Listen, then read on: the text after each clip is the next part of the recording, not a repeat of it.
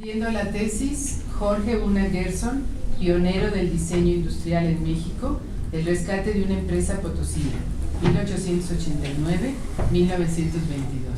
Marta, tiene usted 20 minutos para hacer su exposición.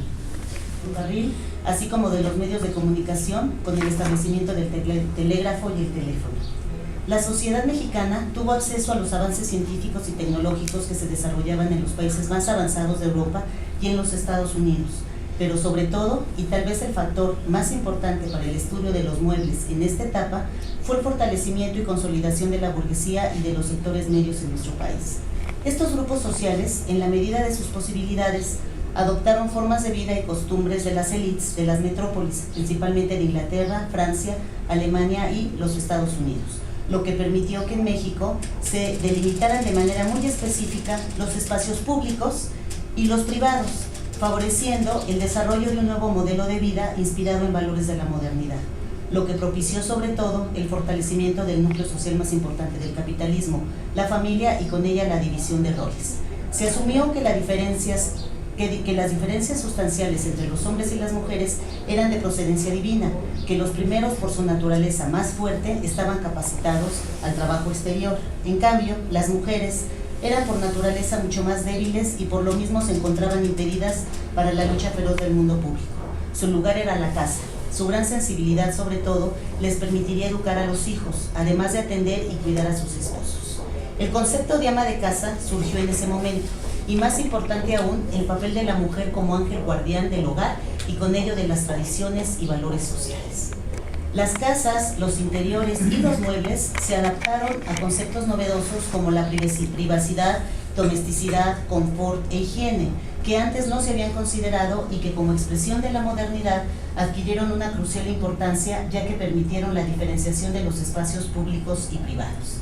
Gracias a esta investigación, pude constatar enormes semejanzas entre lo que estaba pasando en las principales metrópolis europeas y norteamericanas respecto a las principales ciudades de México, como el Distrito Federal, Monterrey, Guadalajara, Puebla y San Luis Potosí, entre otras, lo que me llevó a concluir que el internacionalismo o el cosmopolitismo, como se llamó entonces, fue un hecho que se reveló de manera constante desde mediados del siglo XIX. La tesis que presento tuvo tres principales objetivos. El primero de ellos fue demostrar que el empresario alemán radicado en San Luis Potosí, Jorge Una Gerson, puede ser considerado un pionero del diseño industrial en México por la manera totalmente innovadora de producir que impuso en sus fábricas. Ejecutó acciones muy similares a las que hoy en día hace un diseñador integral. Programó, proyectó y coordinó una larga lista de factores naturales y humanos. Enfatizó en el área de comunicación, conceptualizó, traduciendo lo invisible en visible, consideró juicios de valor durante su producción, realizó la sistematización del aprendizaje de las actividades del diseñador. Además, tuvo la ventaja de ser empresario y productor simultáneamente, lo que le permitió tener el control de todo el proceso de producción, distribución y consumo. Se ocupó de mantener un estricto control de calidad en sus artículos. En sus fábricas dispuso de la maquinaria más moderna de ese tiempo, como la sierra sin fin, la torneadora de madera y la cortadora de chapa. Viajaba constantemente a los Estados Unidos y a las capitales europeas de mayor influencia cultural y económica de entonces, como fueron Londres, París y Viena, en busca de novedades. Probablemente aprovechaba sus viajes para traer la maquinaria necesaria, así como patrones para el diseño de ajuares más comunes en Europa y en los Estados Unidos. Manejó en sus mercancías la combinación de elementos artesanales con los absolutamente industriales. Esta forma híbrida de producción fue lo común en los negocios mobiliarios del siglo XIX. En cambio, la elaboración de muebles racionalistas fue totalmente estandarizada y serializada, permitiendo que dichos artículos resultaran mucho más económicos. Inclusive, en los tallados en puertas y ventanas para decoraciones integrales en edificios públicos, templos y casas, los trabajadores de la compañía Una usaron Reuters y maquinaria industrial. Probablemente, Jorge Una perteneció a agrupaciones alemanas pertenecientes al Jugendstil, establecidas en la última década del siglo XIX y la primera del siglo XX. Este movimiento se desarrolló sobre todo en las ciudades de Múnich, Weimar y Darmstadt. En la primera, en el año de 1898, Paul Hancock, Hermann Obrist y Richard Rimmerschmidt crearon los talleres llamados Talleres Reunidos para el Arte y la Artesanía. En Weimar, este movimiento estuvo representado por el diseñador Henry van de Berg, A partir de 1902 se programaron seminarios de arte industrial cuyo fin era convencer a las empresas de la necesidad de mejorar el diseño de los productos y ponerlos al día. Para 1907 se fundó una escuela para la renovación en las industrias artísticas. Esta institución fue el antecedente de la escuela de la Bauhaus, que estuvo bajo la dirección de Walter Gropius. En la ciudad de Darmstadt, el grupo fue impulsado y financiado por Ernest Ludwig de Hesse, nieto de la reina Victoria, el cual conocía bien las experiencias británicas de Ruskin y Morris. Mandó construir talleres que tuvieron por objetivo la producción y la comercialización de toda clase de objetos decorativos. Estos edificios fueron proyectados por el arquitecto vienés Joseph Maria Ulrich y por el artista diseñador hamburgués Peter Behrens. Posteriormente se fundó en 1907 la asociación alemana que aglutinó a todos los artistas industriales y artesanos, la Deutsche Werkbund. Jorge Una pudo haber pertenecido a esta agrupación porque en su proceso de producción demostraba estar al tanto de los lineamientos de estas instituciones. Otra causal importante es que nunca dejó de ser ciudadano alemán, a pesar de haber vivido prácticamente toda su vida en San Luis. Además, el haber sido vicecónsul desde 1825 le permitió tener una relación más directa con el gobierno alemán. Y por último, ¿de qué otra forma, sin pertenecer a ninguna asociación alemana, pudo conseguir maestros de ese país, expertos en muebles interesados en ir a su fábrica por un corto tiempo a capacitar a sus obreros mexicanos? Jorge Una coordinó los factores naturales necesarios para el funcionamiento óptimo de su industria. En una primera instancia, obtuvo por parte de los gobernadores del estado de San Luis las franquicias necesarias para la exención de impuestos en la adquisición de las materias primas nacionales y extranjeras que necesitaban. En la imagen panorámica de la segunda fábrica, inaugurada en 1903, se observa que tenía un edificio especial para el almacenamiento de maderas. Es de maderas americanas importadas. Con el fin de eficientar tanto la llegada de insumos y su distribución, mandó construir vías especiales de tren que conectaron sus bodegas y talleres de sus dos fábricas, en las dos líneas ferroviarias que había en ese momento, el Nacional Mexicano y el Central Mexicano. Una coordinó los factores humanos al ser patrón de su propia empresa. Probablemente se encargó de diseñar el propio organigrama que permitió la jerarquización de las actividades laborales. Bueno, aquí se aprecia en esta segunda fábrica cómo había mandado construir estas vías que literalmente rodeaban la fábrica. Por aquí seguían las vías y salía, aquí alcanzaba a verse un trenecito, salía para ya conectarse con la ramal para el tren. De acuerdo a la información proporcionada en su publicidad, se tiene la certeza que en su primera fábrica trabajaron más de 300 oficiales, bueno, esto está aquí en chiquito, y que todos ellos fueran mexicanos, aunque no se obtuvo información del número total de trabajadores que tuvo la industria durante su segunda fábrica, 1903-1922. Debió de haber sido mucho mayor que en la primera, por varias razones. La primera de ellas fue por el tamaño del edificio, construido en una superficie un poco mayor de 24,000 kilómetros cuadrados, y las condiciones óptimas que tuvo para la producción.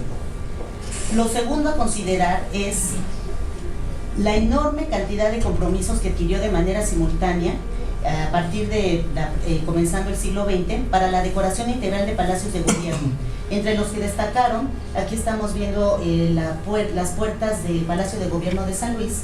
Esto sería un interior de cómo estaba decorado el Palacio de Gobierno de San Luis Potosí en el momento obviamente en que Jorge Una participó. Estos son muebles que quedan actualmente y que obviamente pues no son todos, o sea, se han tratado de ajustar a salas, pero pues es una pequeña muestra nada más de lo que hizo Jorge Una en San Luis Potosí. También pues participó, también es de San Luis, en el de Nuevo León, Monterrey, donde él también hizo la integración completa del mobiliario en este Palacio de Gobierno. Incidió en la Secretaría de Hacienda en la Ciudad de México, en la Secretaría de Justicia e Instrucción Pública. Aquí en este anuncio pues nada más se aprecia una silla, parte del decorado de la galería, pero por lo que menciona, interior para esta secretaría estaba bajo el decorado de Luis XIII.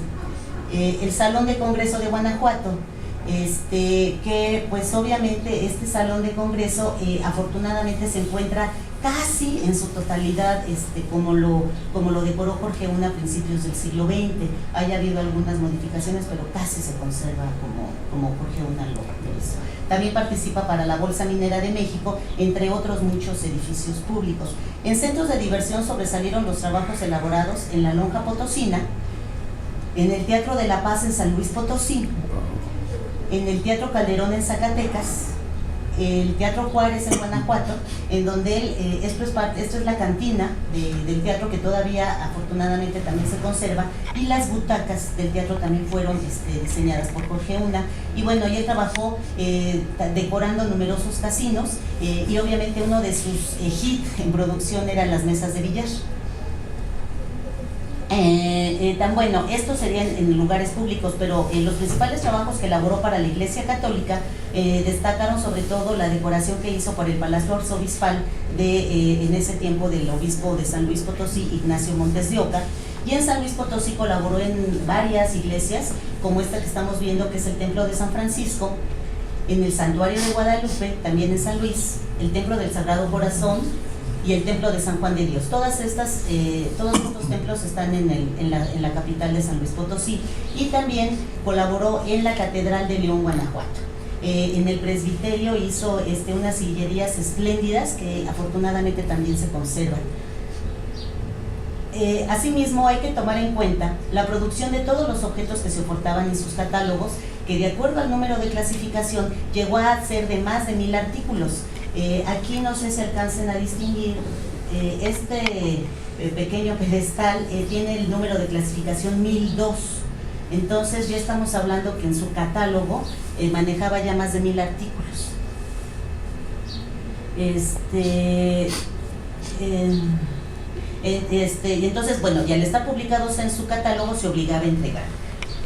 No se debe dejar de lado los compromisos que tenía para mesas de billar, sillas para teatro y cine, las mesas quirúrgicas que también diseñaba, y obviamente los sillones de peluquero.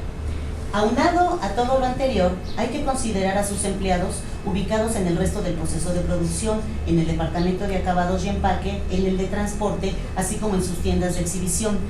Aquí tenemos las dos tiendas distribuidoras y de exhibición que Jorge I tuvo en San Luis Potosí. Están por la primera fábrica, corresponde a la primera, y la segunda tienda distribuidora a partir de 1903, también en el centro de San Luis Potosí. Están ahí estas dos, estaban estas dos. Este edificio se conserva, ya ha tenido, pues, casi no se conserva nada. Bueno, el empresario potosino manejó juicios de valor. En sus anuncios reiteró que sus muebles estaban fabricados con materiales de primera y que su producción industrial los hacía baratos, y aún así competían en calidad con muebles producidos en Europa o los Estados Unidos. Fue un empresario partidario de ideas socialistas utópicas que aseguraban que el rendimiento de los obreros aumentaba si se les brindaban mejores condiciones laborales, consistentes en mejorar su área de trabajo con aplicaciones de medidas higiénicas como la adecuada ventilación, iluminación, distribución de la maquinaria, limpieza, pero también mejorando la calidad de vida de sus empleados. En esta imagen, desgraciadamente no fue posible obtener fotografías del interior de esta segunda fábrica. Sin embargo, cuando nosotros la observamos detenidamente, nos percatamos de que ya maneja en el techo estos sistemas de iluminación y de ventilación, ¿verdad? Estos grandes domos que le permitían el aprovechamiento de la luz en todo el día, y obviamente la preocupación por la ventilación está en que todos estos galerones pues tienen ventanas para facilitar la ventilación. La preocupación de colocar esta avenida arbolada era parte de estos principios higiénicos que él consideraba que iban a mejorar las condiciones de vida de laborales, obviamente, de los trabajadores, incrementando su producción. Gracias a la sistematización del aprendizaje, Jorge I pudo competir de manera exitosa con empresas que contaban con el apoyo de capitales extranjeros como el Palacio de Hierro, ya que esta era la única manera de capacitar a sus empleados y sobre todo le permitió la reproducción del conocimiento. Por un lado, se valió de maestros alemanes que vinieron a San Luis Potosí a enseñar a los obreros, como ya lo mencionamos, pero también él se encargó de capacitar a algunos de sus trabajadores más aventajados para que fueran capaces de realizar decoraciones completas. Como la producción del Industrial Potosino fue tan amplia y compleja, tuvo que implementar en su ciclo de producción una distribución que se adecuara a las necesidades de la empresa. Algunas de estas innovaciones consistieron en un eficiente empaque y embalaje de sus productos que permitió que sus mercancías llegaran en perfectas condiciones a sus